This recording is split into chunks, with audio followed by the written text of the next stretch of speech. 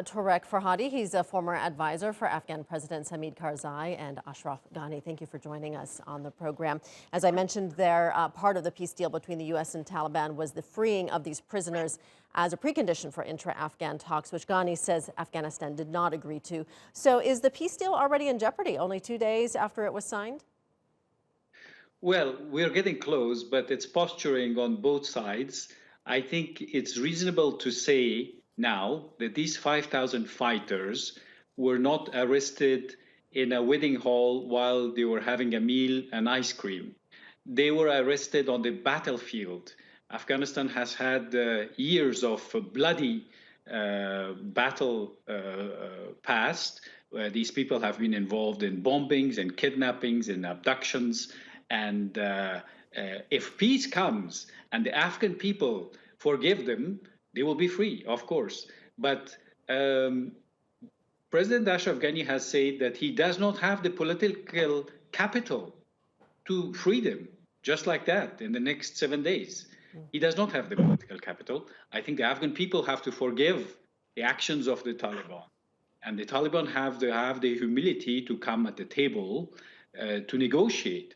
What is the plan for these people if they are freed? Are they going to go to the battlefield? Or are they going to continue violence? Or are they going to take up arms against the Afghan population? Or they are going to be part of a peace settlement where there will be a good future for them, as the Afghan people want. They want people to live in peace with these belligerents. So it might be that at the end of the day, the Kabul government will release 1,000 prisoners, and because on the other side, the Taliban have to release 1,000.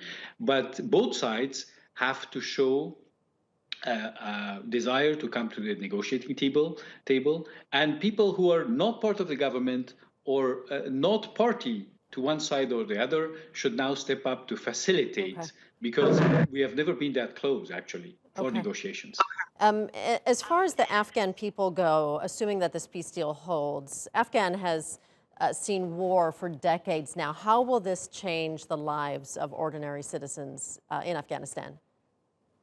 Well, today in Afghanistan, everybody, mothers live in fear that when their kids go to school, there will be a bomb at school. Normal activity is something that's not possible. Somebody cannot decide to travel from one city to the other without the fear of abductions and kidnappings, which still happen actually in Afghanistan. In the last 2-3 days, it has happened. So peace really brings a dividend for Afghans, and they can think about building the country, which is really in disrepair if you look at the roads, etc., rebuilding the country, starting economic activity, and working really towards poverty reduction, which is the real problem of Afghanistan. It's one of the poorest countries in the world.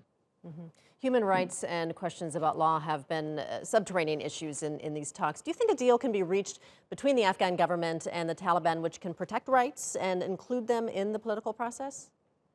It is a big worry. Human rights, women's rights, minorities' rights, because Afghanistan is a country that has minorities, of course, and sects of religion that are different than the practice of the Taliban.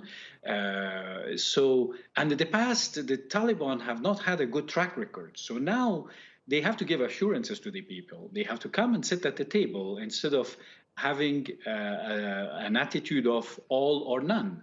They have to explain. People have to agree with them and embrace them.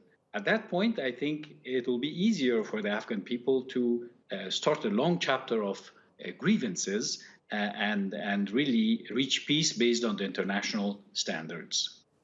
So what's the risk, though, of failure in this regard? Right now, the risk of failure is returning to violence because none of the sides really come down from their position.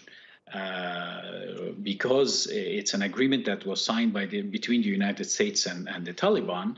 Right now, the Afghan party, the Afghan government is saying we have not really signed anything with regards to the release of these 5,000 people.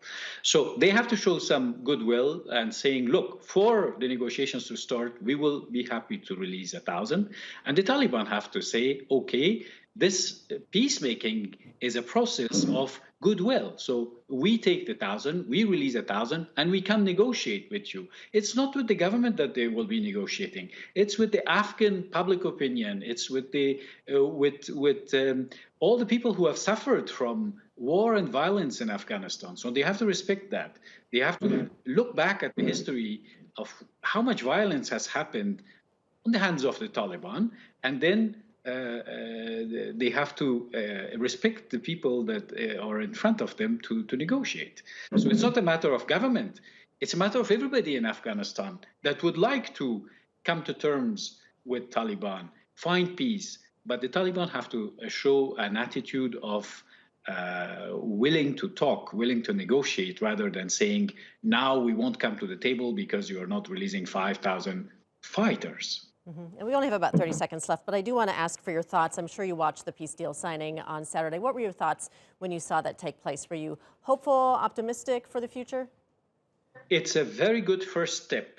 And now it comes on us, the Afghans, to do the follow-up and materialize the real peace for ourselves. This was peace between the United States and Taliban. But now peace in Afghanistan is a different story. We have to use all our wisdom. And we say we have wisdom because we have 5,000 years of history. So let's use our wisdom now on both sides and come to the table.